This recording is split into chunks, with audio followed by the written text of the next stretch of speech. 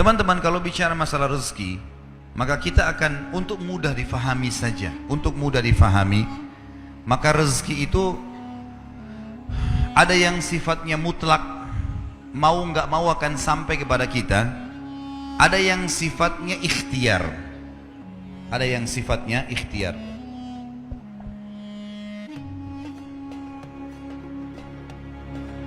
Kalau yang mutlak, teman-teman sekalian, mau nggak mau datang kepada kita. Biarpun kita lagi duduk di rumah, maka rezeki itu akan datang. Seperti misal, mata kita sekarang menangkap cahaya, hidung kita menarik oksigen, telinga kita menangkap suara, energi di tubuh kita pada saat kita mau bergerak, kita mengeluarkan proses makanan yang habis akan dibuang kotoran, tinja dan air seni, rezeki datang. Ada juga rezeki-rezeki yang lain selain daripada itu, seperti misalnya kita lagi duduk di rumah, tetangga antarin makanan, nggak pernah pesan, nggak pernah apa-apa, tiba-tiba dikasih. Orang tua kita banting tulang, begitu mereka meninggal kita dapat warisan, ya. Ada rezeki yang mutlak. Kita lagi masuk ke restoran, tiba-tiba ada teman juga masuk, dibayarin, ditraktir. Kita nggak pernah programin sebelumnya. Namanya mutlak, pasti sampai ke kita. Jadi sesuai dengan hadis baginda Nabi SAW, tidak akan meninggal jiwa, tidak akan meninggal orang yang punya nyawa, kecuali akan dilengkapkan semua rezekinya. Ada orang subhanallah pas sudah tua sekali dapat warisan, tiba-tiba jadi kaya, ada saja. Ada orang bertahun-tahun sakit, sembuh di akhir hidupnya, kuasa Allah, rezekinya pasti sampai kepada dia.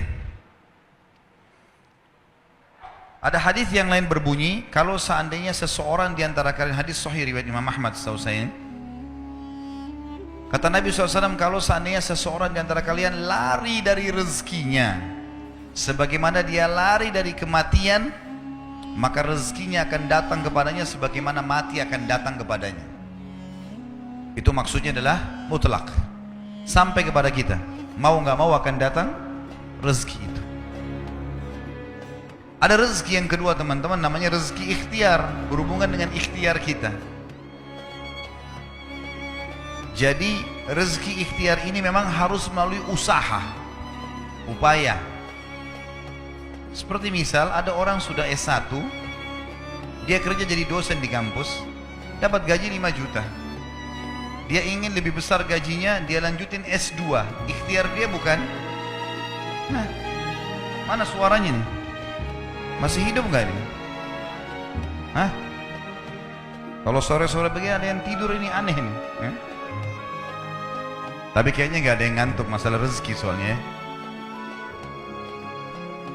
Jadi kalau orang S1 dia mau lanjut S2, tujuannya supaya gaji di kampus lebih tinggi. Ikhtiar dia bukan? Ikhtiar dia. Baik S2 gaji 10 juta, S3 ternyata 15 juta. Dia sekolah lagi S3 supaya gaji di kampus lebih tinggi lagi. Ikhtiar dia. Dia buka satu butik baju, kemudian dia mau kembangkan. Dia buka 5 cabang, 10 cabang. Ikhtiar dia. Dia yang berikhtiar. Dia punya restoran, dia buka 10 cabang restoran. Dia tinggal punya ilmunya saja, selesai. Dia bisa kembangkan.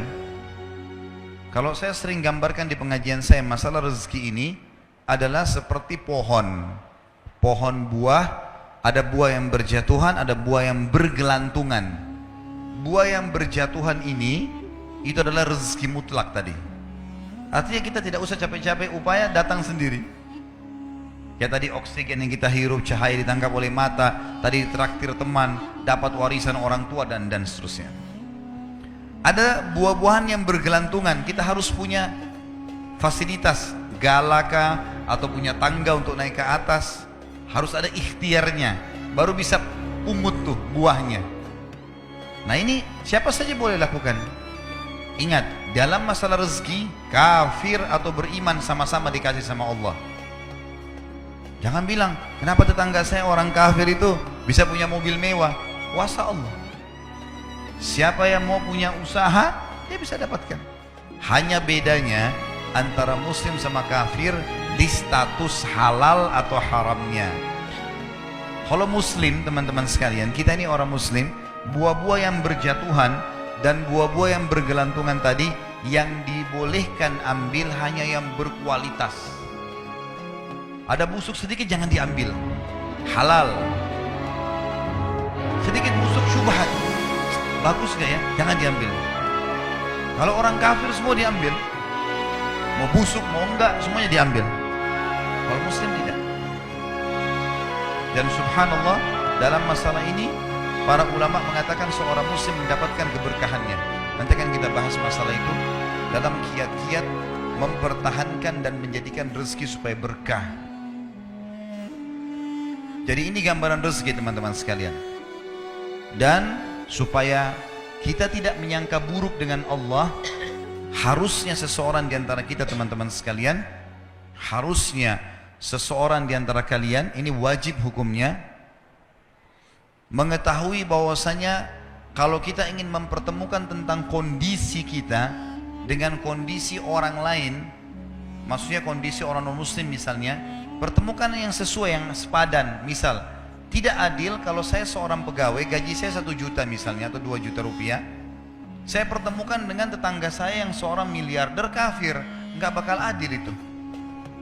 Yang adil adalah pertemukan coba keadaan kita dengan kafir yang gajinya sama dengan kita. Nah, baru kita tahu bagaimana berkahnya rezeki.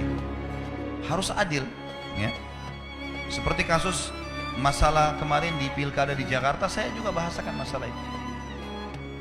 Tidak adil sekarang banyak orang non muslim ini mengatakan, atau orang-orang munafik dari kaum muslimin, pura-pura Islam, dia bilang lebih baik pemimpin kafir yang tidak korupsi daripada pemimpin muslim yang korupsi. Ini tidak adil ini. Mestinya pertemukan begini, non muslim yang tidak korupsi dengan muslim yang tidak korupsi. Nah, itu baru adil. Kafir yang koruptor dengan muslim yang koruptor, nah baru adil. Nggak bisa dipertemukan antara ini dengan ini, tidak bisa. Tidak bisa kita pertemukan keadaan kita yang gaji 1 juta dengan tetangga non muslim yang 1 miliar gajinya atau pendapatannya. Nggak adil namanya. Maka harus kita sesuaikan di sini, ya. Harus kita sesuaikan supaya kita tidak sangka baik dan tidak sangka buruk dengan Allah Subhanahu wa ta'ala. Ingat, Allah selalu dengan prasangkaan hamba-hambanya. Ini harus digarisbawahi, teman-teman sekalian. Banyak kisah nyata berhubungan dengan masalah ini. Kalau kita menggantungkan nasib kita pada Allah, luar biasa. Ada seorang syekh, saya dengarkan ceramahnya, menarik sekali. Saya tidak tahu orang itu siapa, tapi cuplikannya saya dapatkan dari seorang teman dari Jeddah yang mengirimkan ke saya. Orang ini cerita, syekh ini menceritakan, cuplikannya ada di HP saya. Dia bilang, saya satu waktu pernah ke Mesir, dan di Mesir ini saya lagi dari satu daerah mau ke Kairo, dari Iskandaria, satu kota, mau ke Kairo. Itu saya tiba di Kairo mungkin sekitar jam 2 malam. Pesawat saya selepas subuh harus berangkat kembali ke Saudi. Dia bilang, saya telepon pengurus masjid, saya mungkin mau mampir di masjid yang saya ceramah kemarin di Kairo itu. Saya mau tinggal di sana mungkin 2 jam, 3 jam istirahat. Nanti habis itu baru kemudian saya berangkat ke Saudi habis subuh. Dia bilang, saya masuk ke masjid, tiba jam 2 malam, turun dari mobil, saya ke masjid, lampunya nyala semua nih.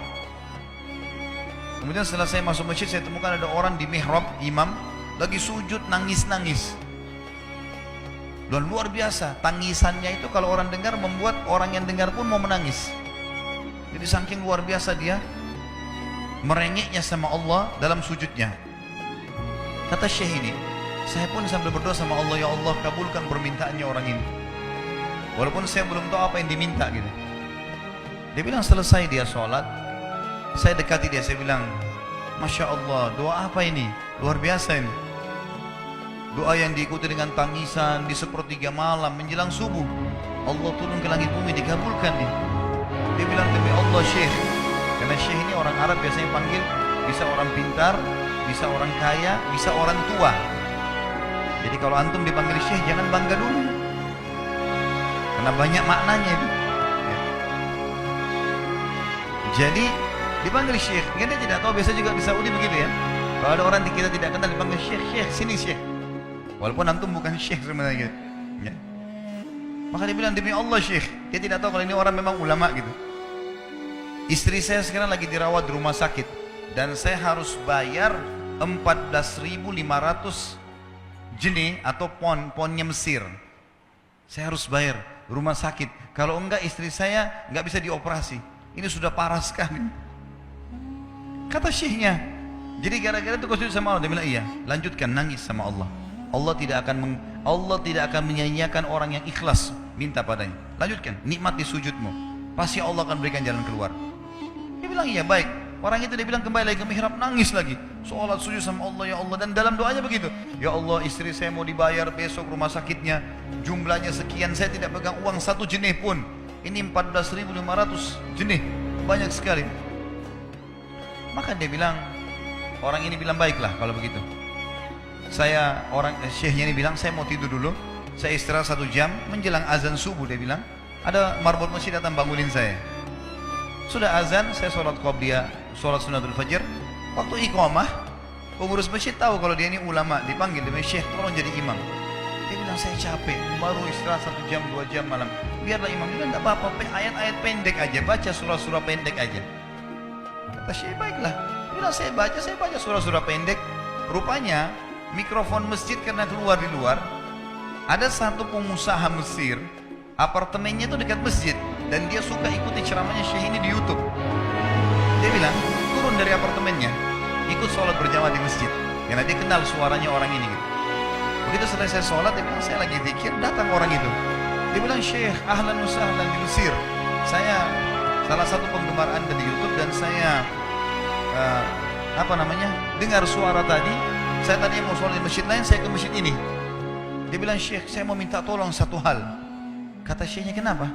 Dia bilang saya sudah ngitung zakat uang perusahaan saya harus alokasikan 14.500 jenih. Kata Syekhnya. Orang itu bilang saya mau alokasikan zakat saya 14.500 jenih. Kata Syekhnya saya nangis, dengar itu. Nangis, saya terisak-isak. Kata orang itu kenapa Anda nangis? Syekh bilang saya nggak bisa jelasin. Dia bilang saya nangis terus. Kemudian saya lihat ke kiri kanan di sof, mana orang yang tadi malam sholat tahajud tuh? Ada di ujung. Dipanggil sama Syekh, fulan kesini, datang. Dia bilang ceritakan masalah kamu apa? Dia bilang Syekh saya punya masalah, istri saya dioperasi harus bayar 14.500 jenih hari ini, kalau tidak nggak operasi. Kata Syekhnya, tiba-tiba si pengusaha ini nangis-nangis. Orang ini juga heran, kenapa kalian berdua menangis? Dia masih bingung kenapa gitu. Kata Syekhnya biarin orang ini yang jelaskan. Yang punya usaha bilang apa? Demi Allah Syekh, saya sudah 1 minggu taruh uang ini di lemari saya, sudah 1 minggu. Setiap hari istri saya bilang, turunkan, lakukan haknya Allah, zakat itu keluarkan. Dia bilang saya ingin dapat 1 orang yang saya kasih langsung daripada saya bagi-bagi. Saya mau 1 orang saya kasih, selesaikan masalah dia, dan Allah selamatkan saya di akhirat. Orang ini jadi nangis. Orang yang punya minta butuh nangis. Kata pengusahanya, ini uangnya silakan 14.500. Semoga Allah selesaikan urusan saya di akhirat gara-gara saya bantu kamu. Kata Syekhnya, demi Allah yang terjadi, orang ini yang orang yang punya uang ini yang dikasih uang, dia tiba-tiba lupakan saya dan lupakan si pemilik uang. Dia langsung angkat kepalanya ke langit sampai menangis mengatakan, ya Allah aku mencintai. Kuasa Allah. Teman-teman, cuman kita selalu buru-buru. Kalau seseorang kita di perusahaan mau dinaikkan gajinya saja, mau naikkan jabatannya, dia harus tulis permohonan. Tidak mungkin juga baru hari ini dimasukkan kemudian ketuk ruangan dirutnya, mana permintaan saya kemarin, atau hari ini, nggak mungkin. Seminggu dia sabar, 2 minggu dia sabar, dengan berharap datang panggilan. Kenapa dengan Allah subhanahu wa ta'ala kita tidak begitu teman-teman? Banyak orang buru-buru, dan kebanyakan orang mau menggantungkan permintaannya kepada Allah hanya pada hal-hal yang kecil, hal yang besar tidak. Atau sebaliknya, hal yang besar, hal yang kecil tidak. Kenapa tidak pernah minta sama Allah dikasih motor, dikasih mobil, dikasih rumah? Kenapa hanya minta kalau penyakitnya dihilangkan baru kembali kepada Allah? Itu pun seringkali kita jadikan Allah nomor 30 teman-teman sekalian. Ke dokter ini, ke dokter itu, resep ini, resep. Nanti kalau sudah mentok gak bisa sembuh baru sholat tahajud. Salah. Islam mengajarkan kita apa? Sebelum makan berdoa, sebelum tidur berdoa, sebelum aktivitas berdoa, sebelum ke dokter doa dulu supaya Allah jadikan kesembuhan. Karena dokter resepnya cuma semoga lekas sembuh. Tidak ada pasti sembuh. Makanya teman-teman sekalian, kembali kepada Allah adalah jalan yang paling luar biasa gitu. Coba merengek kepada Allah SWT. Allah pasti tidak akan pernah memungkiri janji-janjinya.